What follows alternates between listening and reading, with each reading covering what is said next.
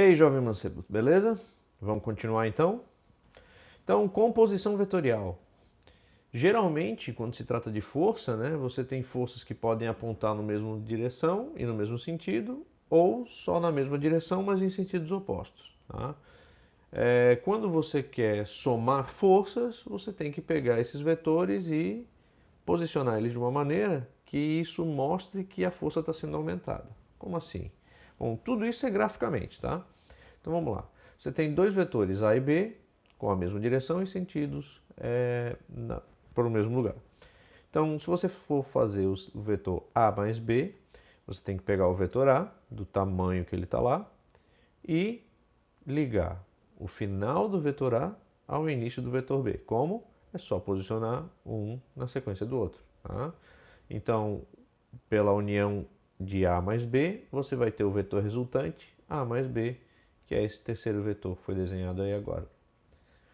Acontece que às vezes, como o vetor ele é sensível ao sinal, né? Se for positivo é para um lado, negativo é o contrário, você pode ter situações como essa, tá? Em que o vetor A aponta para uma direção e o vetor B aponta para outra direção. Tá? Nesse caso, a soma desses vetores, né, o A mais menos B, vai acabar ficando A menos B, porque mais com menos dá menos. E aí como é que faz? Bom, do mesmo processo. Você pega o vetor A, o final do vetor A e liga com o vetor B. Só que aqui você faz um passo além. Você liga o final do vetor A ao início do vetor B. E aí você pode ver que é como se o vetor B anulasse aquela parte do vetor A. Isso significa dizer que o vetor resultante vai ser só esse tamanho. Tá? Então veja a diferença que tem quando você compara uma soma com uma subtração. Né? A soma aumenta o vetor, a subtração diminui o vetor. Bom, isso para vetores que são concorrentes, né? Que eles estão paralelos, indo na mesma direção.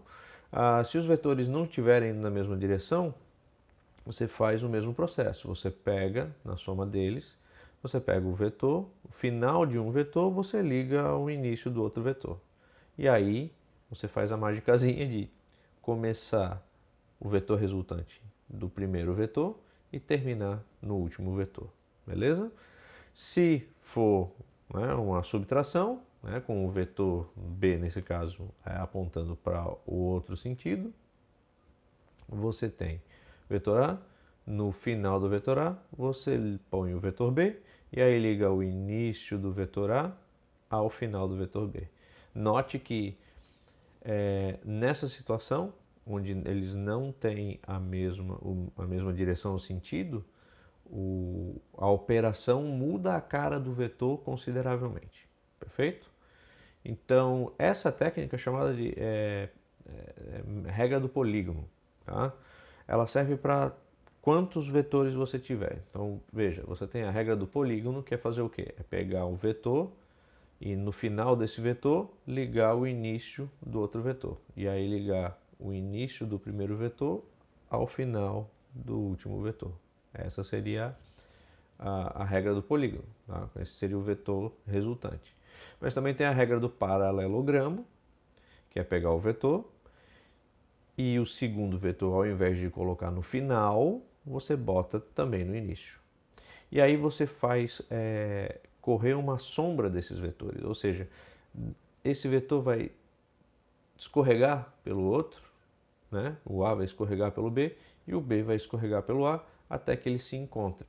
Então, do ponto de origem, de onde eles começam, até o ponto onde eles terminam, né? As suas sombrinhas ali, vai gerar o vetor resultante. Mas é o mesmo vetor? É, porque você pode ver que formam o mesmo triângulo. Tá? Esses dois lados são do mesmo tamanho.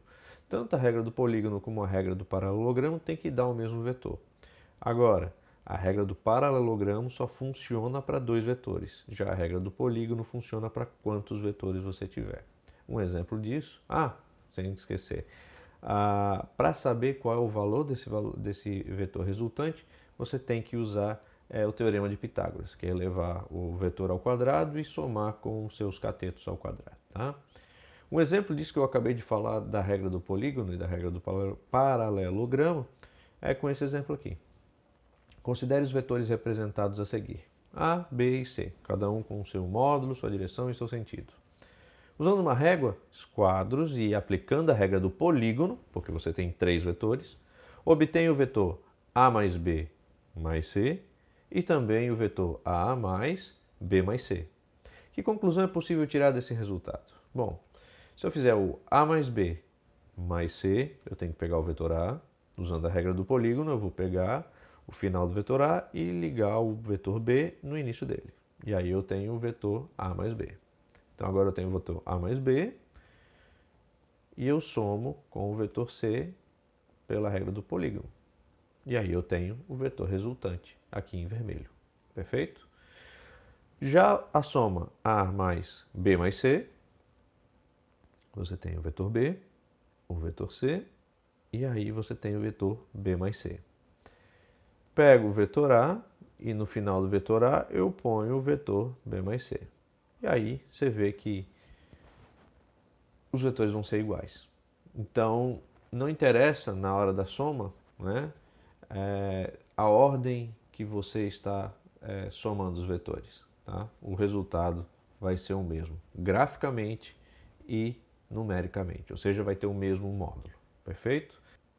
No próximo vídeo nós vamos trabalhar a decomposição vetorial, que é o calcanhar de Aquiles de todo estudante de física. Tá joia? Valeu, até a próxima.